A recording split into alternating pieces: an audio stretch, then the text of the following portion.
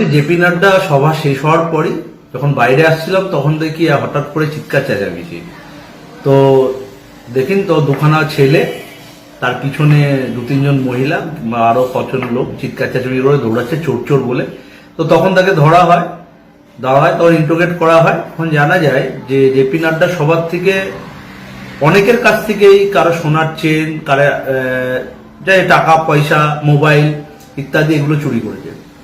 এটা অনেক দিন ধরেই চলছে। আজকের যা বাংলার অবস্থা, মানুষের চাকরি নেই, উন্নয়ন নেই, মানুষের এখানকার যে লোকজন তাদের চাকরির অভাবে, কাজের অভাবে অন্য জায়গায় পাড়ি দিয়েছে, আর নয়তো কিছু লোক তারা দুষ্কৃতিতে জয়েন করেছে।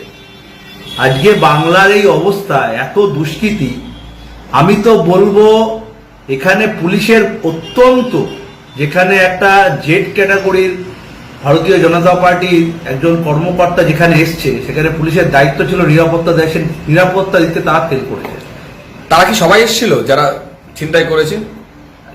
না, অবভিয়াসলি একটা গ্যাংই হয়তো এসেছিল, তার মধ্যে 2জনকে ধরা গেছে, 2জনকে পুলিশের হাতে আমি নিজে হ্যান্ড ওভার করেছি, তার প্রুফ আছে। কিন্তু আজকে আমি দেখলাম পুলিশ বোধহয় 1জনকে আদালতে হস্তক্ষেপ করেছে, 2জনকে হ্যান্ড ওভার করেছে।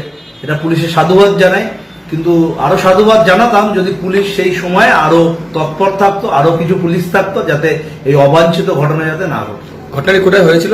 ঘটনাটা হয়েছিল বগুলা, আমাদের জেপি নাড্ডার যে সভা হয়েছে সেখানে। সভাস্থলে না রাস্তায়? সভাস্থলের রাস্তায় আর কি, যেখানে লোকজন ছিল। আপনার নাম পরিচয়? অঙ্কন সরকার, ভারতীয় জনতা পার্টি তপশিলি মোর্চা জেলা সভাপতি।